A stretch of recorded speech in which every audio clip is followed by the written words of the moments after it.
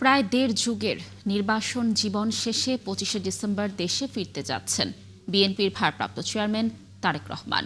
যুক্তরাজ্য বিএনপির নেতাকর্মীরা বলছেন, এটি শুধু একজন নেতার দেশে ফেরা নয়, এর সাথে জড়িয়ে আছে রাজনীতির ভবিষ্যৎ। তিনি ফিরলেই দেশের রাজনীতিতে নতুন অধ্যায় শুরু হবে বলে জানান নেতাকর্মীরা। তবে লন্ডনে থাকা অবস্থায় প্রবাসীদের তারেক রহমান যে দিক নির্দেশনা দিচ্ছিলেন তা না পাওয়ার আক্ষেপও থাকবে তাদের। বিস্তারিত আরিফ মাহফুজের রিপোর্টে। রাজনৈতিক টানপোড়েনের মাঝে ২০০৮ সালে চিকিৎসার জন্য লন্ডনে আসেন বিএনপির ভারপ্রাপ্ত চেয়ারম্যান তারেক রহমান। এরপর আর দেশে ফেরা হয়নি। নির্বাসনে থেকেই চালিয়েছেন দলের কার্যক্রম। লন্ডনে প্রায় শতাধিক রাজনৈতিক ও সামাজিক অনুষ্ঠানে যোগ দেন তিনি। দীর্ঘ প্রায় ১৮ বছরের নির্বাসন জীবন শেষে ২৫শে ডিসেম্বর স্বদেশ প্রত্যাবর্তন করবেন বিএনপির ভারপ্রাপ্ত চেয়ারম্যান। ২৫ তারিখে ইনশাআল্লাহ আপনাদের দয়া আল্লাহর রহমতে আমি দেশে ফিরে যাব।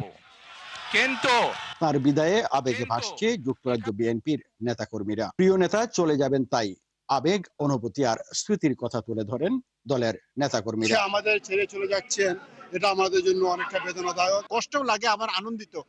ডাইরেক্ট এই জায়গাটা থেকে আমরা বলতে চাচ্ছি যে আমরা নেতার জন্য সুস্থ দীর্ঘায়ু কামনা করছি, এই কারণে যেন উনি দেশে গিয়ে দেশমাতৃক উদ্ধারের ক্ষেত্রে, জনগণকে গণতন্ত্র পুনরুদ্ধারের ক্ষেত্রে বিশেষ ভূমিকা রাখতে পারেন। ভারপ্রাপ্ত চেয়ারম্যানের প্রত্যাবর্তন দেশের গণতান্ত্রিক রাজনীতিতে নতুন গতি আনবে বলে প্রত্যাশা ব্যক্ত করেন নেতাকর্মীরা। আমরা প্রত্যাশা করি উনি বাংলাদেশে যাবেন, বাংলাদেশ বিনির্মাণে উনার ভূমিকা রাখবেন। আমাদের বিশ্বাস উনি যাওয়ার পরে বাংলাদেশ পরিবর্তন হবে, চেঞ্জ হয়ে যাবে। যাতে আমাদের নেতা সহি সালামতে বাংলাদেশে পৌঁছতে পারেন, পৌঁছে গিয়ে দেশ এবং জাতির সেবা করতে পারেন। আমরা মনে করি তারেক রহমান বাংলাদেশে প্রত্যাবর্তনের সাথে সাথে বাংলাদেশের রাজনৈতিক সামাজিক অবস্থার পরিবর্তন হবে।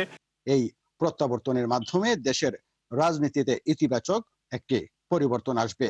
সূচনা হবে রাজনীতির নতুন অধ্যায়। দেশের কল্যাণে উনি গিয়ে গণতন্ত্রের জন্য ভূমিকা রাখতে পারেন। কিরকম সেবা দেওয়া যায়, সবাইকে সুসংগতি করে প্রবাসে যারা আছে তাদের গাইডলাইন দিতেন, তার গাইডলাইনেই আমরা আসলাম। আর যে গাইডলাইন দিছে আর কোনো পৃথিবীর কোন লিডার এখন প্রবাস থেকে দিতে পারবে না।